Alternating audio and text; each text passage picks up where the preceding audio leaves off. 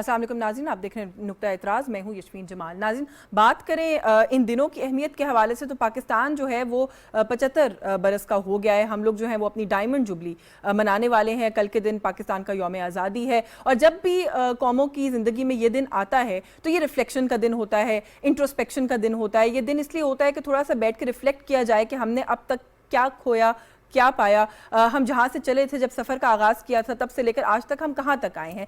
لیکن انفارچونیٹلی اس طرح کی کوئی تعمیری بات کرنے کے بجائے، کوئی تعمیری گفتگو کرنے کے بجائے اس وقت ہم دیکھ رہے ہیں کہ پاکستان میں جو ہے وہ ایسا لگتا ہے انفارچونیٹلی کہ سیاسی انتشار جو ہے وہ اپنے عروج پر ہے۔ اگر ہم بات کریں کسی بھی ملک کے اندر جو ادارے ہیں جن کو چیریش کیا جانا چاہیے، جو آپ کی اسٹرینتھ ہوتے ہیں، ان کی اسٹرینتھ کے اوپر بات کی جانی چاہیے۔ ہم یہ دیکھ رہے ہیں کہ انفارچونیٹلی ایک میلیشیس کیمپین جو ہے وہ مسلح افواج کے خلاف ریسنٹلی چلائی گئی، سوشل میڈیا کی بھی اگر بات کریں، اور پھر اس کے بعد پاکستان تحریک انصاف کے چیئرمین کے جو چیف آف سٹاف ہیں ان کی جو ریسنٹ گفتگو رہی ایک نجی ٹیلی ویژن چینل سے جو انہوں نے بات کی، تو بہت ہی ایک انفارچونیٹ تصویر اور نقشہ جو ہے وہ بنتا ہوا دکھائی دیتا ہے کہ آپ ایک طرف اداروں کو ٹارگٹ کر رہے ہیں۔ اگر ہم بات کریں دوسرے اداروں کی بھی، عدلیہ کی بھی، الیکشن کمیشن آف پاکستان کی بھی، جو فیصلہ آپ کے حق میں آ جائے وہ بالکل ٹھیک ہے، جو حق میں نہ آئے تب آپ وہاں پر بھی اداروں کو بلیم کرنا شروع کر دیتے ہیں۔ کوئی ایسی سیاسی جماعت نہیں ہے جس سے پاکستان تحریک انصاف کی اگر ہم بات کریں اس وقت، کیونکہ ایک فیکٹر اس وقت ایک ڈیوائڈنگ فیکٹر بن کے ابھر رہی ہے پاکستان تحریک انصاف، کوئی ایسی جماعت ہمیں دکھائی نہیں دیتی جس کے ساتھ بیٹھ کر وہ بات کرنے کو تیار ہوں، آگے بڑھنے کو تیار ہوں۔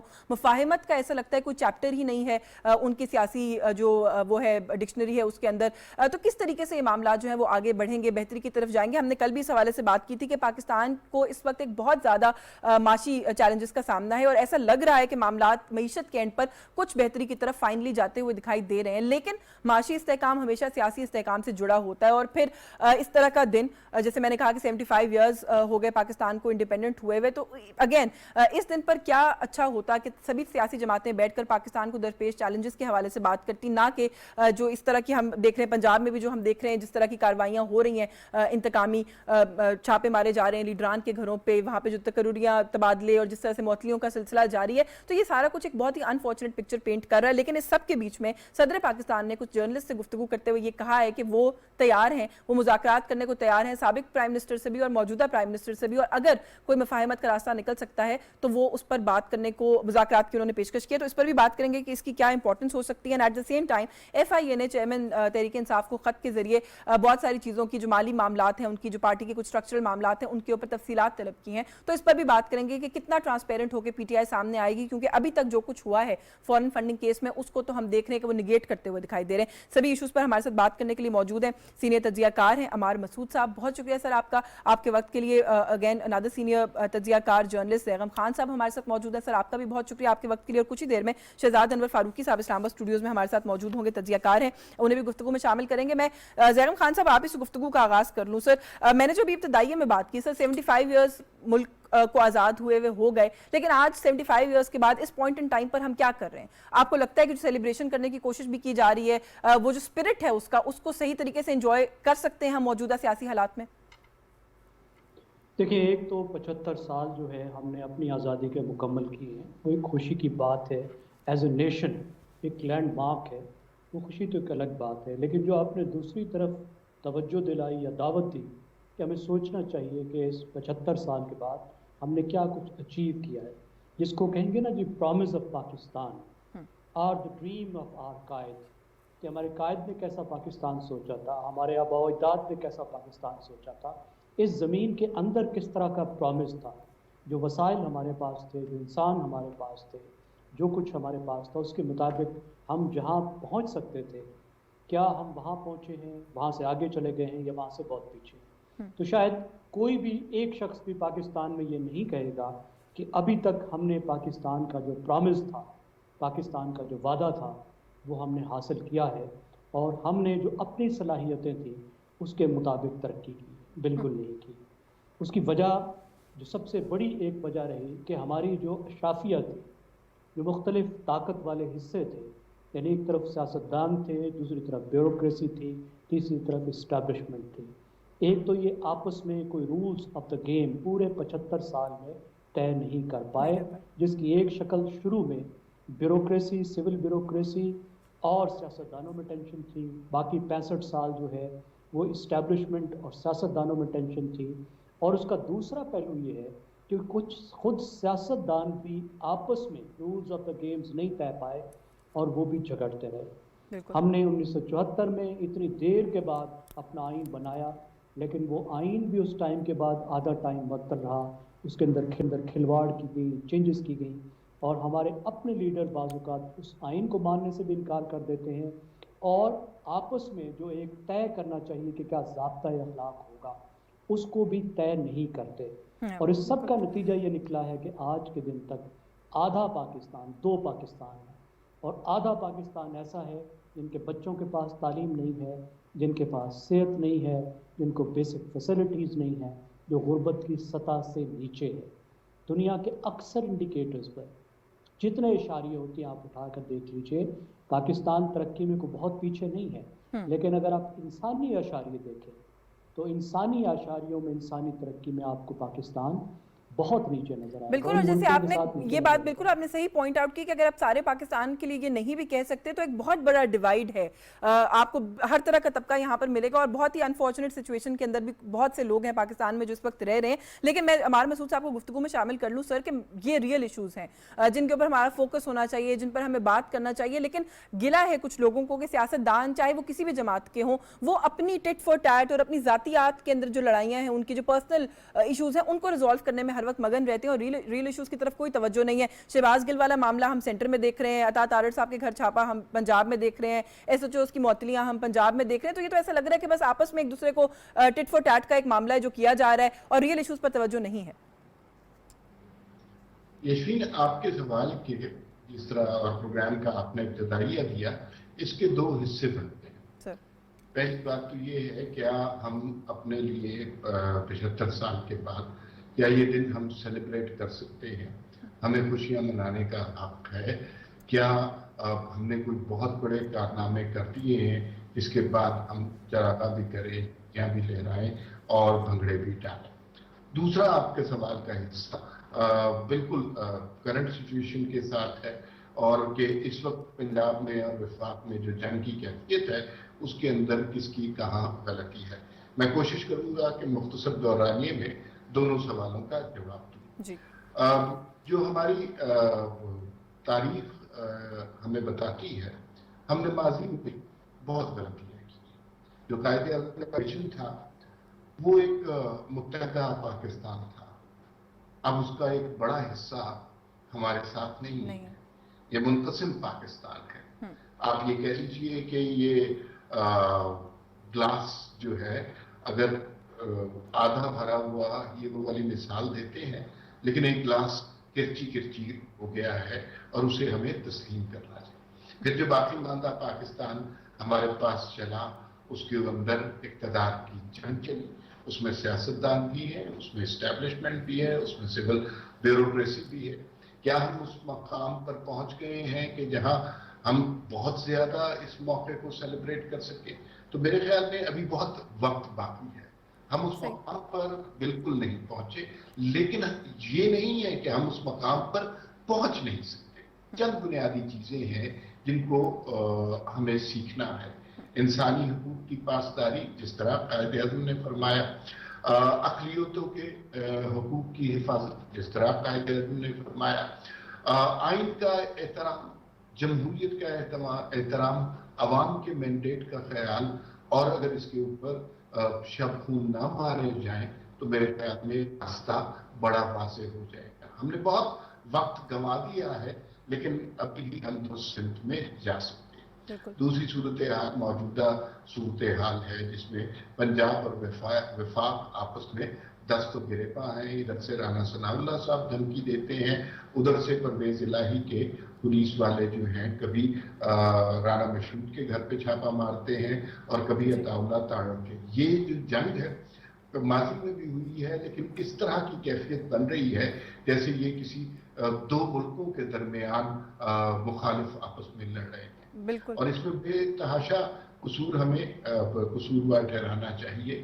عمران خان نے جس نہج سے اپنی سیاست جس نہج پر پہنچا دیا ہے، وہاں اختلاف، انتشار، نفاق، یہ ان کا رہا ہے. دیکھیے، اور ان کے جو ہیں کلٹ فالوورز ہیں انہیں کسی سچ سے، کسی دلیل سے، کسی کوئی غرض نہیں۔ حقیقت سے قائل نہیں کیا جا سکتا۔ ایک نقطہ بس میں کہہ کے بات ختم کرتا ہوں۔ کبھی 14 اگست پر ہم بچپن سے مناتے آئے ہیں، ایسا ہوا کہ لاہور کے اندر پاکستان کے جھنڈے اتار کر تحریک انصاف یا کسی سیاسی جماعت بالکل، اس کے اوپر بہت ہم دیکھ رہے ہیں صبح سے خاصی بحث ہو رہی ہے۔ یہ زیغم خان صاحب، سر آپ نے دیکھا ہے اس سٹوری کو؟ یہ سوشل میڈیا پہ بھی بڑی سے بات ہو رہی ہے، جو عمار صاحب نے ابھی جس طرف اشارہ کیا، کیونکہ پاکستان تحریک انصاف کا موقف یہ ہے کہ پاکستان کا جو جھنڈا ہے اس کو صرف اوپر کیا گیا ہے اور نیچے پاکستان تحریک انصاف کے جھنڈے لگائے گئے ہیں، جبکہ بہت ساری ویڈیوز میں نے ایسی دیکھی ہیں جہاں پر سرے سے پاکستان کا جھنڈا نہیں نظر آ رہا۔ تو یہ کیا مطلب، یہ بھی صبح سے ایک بحث ہے جو ہم دیکھ رہے ہیں سوشل میڈیا پر ہے، اور پھر اس بات کے اوپر بھی ہم دیکھ رہے ہیں کہ بہت لے دے ہو رہی ہے۔ تو آپ نے فالو کیا ہے سر اس سٹوری کو؟ دیکھیں، میں یہاں پہ تحریک انصاف کو شک کا فائدہ دوں گا، یہ سوچتے ہوئے کہ میں تصور بھی نہیں کر سکتا کہ کوئی پاکستانی ایسی حرکت کرتا ہے۔ تو اگر تو واضح طور پر کوئی چیز، ایک ثبوت موجود ہے، تو یہ پاکستان کے پرچم کی توہین ہے، تو اس پر تو کچھ نہ کچھ میرا خیال ہے قانونی طور پر بھی کیا جا سکتا ہے۔ لیکن میرے خیال میں اس وقت پی ٹی آئی کی اس بات کو مانوں گا، وہ کہہ رہے ہیں کہ ہم پرچم کو اتار کے پاکستان کے پرچم کو پی ٹی آئی کے پرچم سے اوپر لگا رہے تھے۔ تو میرے خیال میں ہمیں تھوڑا اتنا ایک دوسرے کو رعایت دینی چاہیے، اور میں نہیں تصور کر سکتا کہ کوئی پاکستانی پاکستان کے پرچم کی توہین کرے گا۔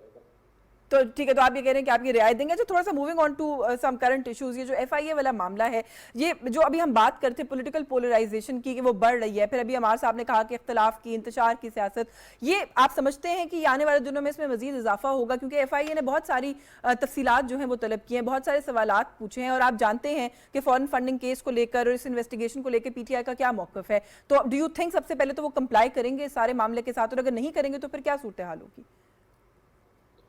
دیکھیے، کمپلائی کرنے کے علاوہ تو کوئی راستہ ہے نہیں۔ یہ قانونی معاملات، سیاسی معاملات ایک طرف ہے، اور دوسری طرف ان کی قانونی مشکلات اور قانونی معاملات ہیں، اور دونوں کیسز، جو دو کیسز اس وقت پی ٹی آئی اور عمران خان فیس کر رہے ہیں، یہ بڑے سخت کیسز ہیں، جس کی ایویڈنس جو ہے وہ ایک ٹریل کی شکل میں اور پیپرز میں موجود ہے۔ ایک ان پر کیس ہے جو فارن فنڈنگ کیس ہے، اس میں بھی جو پاکستان کا قانون ہے، جو پولیٹیکل پارٹیز آرڈر ہے 2002 کا، اس میں جتنی وائلیشن فنڈنگ کی ہو سکتی تھی وہ تمام وائلیشن کی گئی ہے، اور اس تمام تر کا ثبوت موجود ہے۔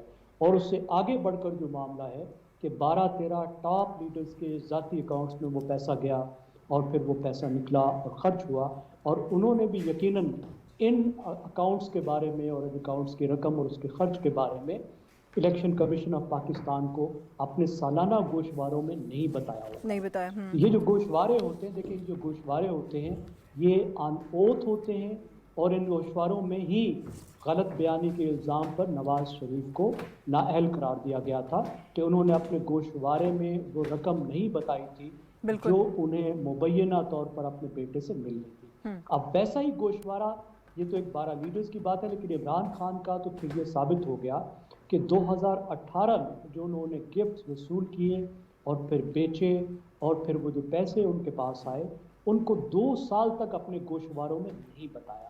2019 میں بھی نہیں بتایا، 2020 میں بھی نہیں بتایا، 2021 میں جا کر بتایا۔ یعنی جو ان کا اسٹیٹمنٹس آف اسیٹس اینڈ لائبلٹیز تھا، جس کو قانونی لینگویج میں یہ کہتے ہیں، جس کی وجہ سے نواز شریف پھنسے، ویسا ہی کیس عمران خان کا ہے۔ 2 سال تک ہے کہ کروڑوں روپے ان کے پاس آئے اور نہیں بتایا، نواز شریف کے پاس پیسے نہیں آئے اور نہیں بتایا۔ تو یہ بالکل ایک ایکوولنس بن جاتی ہے۔ تو میری رائے میں اور بہت سے قانونی ماہرین کی رائے میں بھی یہ والا جو معاملہ ہے، یعنی ان کا جو گفٹس والا معاملہ ہے، اور گفٹس کی بنیاد پر جو انہوں نے اس کی سٹیٹمنٹ میں اس کو درج نہیں کیا، یہ بہت ہی خطرناک ہے ان کی نااہلی کے حوالے سے۔ خطرناک ہے، اور میرا خیال ہے کہ اسی کو لے کر ہم دیکھ رہے ہیں کہ وہ ایک جٹری سا اس وقت جو ہے وہ ایک ایٹیٹیوڈ جو ہے وہ دکھائی دے رہا ہے پی ٹی آئی کی جانب سے۔ اس میں مزید بات کرتے ہیں، ایف آئی اے نے جو سوالات پوچھے ہیں تھوڑا سا ان کی ڈیٹیل میں بھی بات کریں گے، ہمارے مسعود صاحب کو بھی گفتگو میں شامل کریں گے، لیکن بریک کا وقت ہو رہا ہے، بریک سے واپس آ کے گفتگو کو یہیں سے آگے بڑھائیں گے، ہمارے ساتھ رہیے۔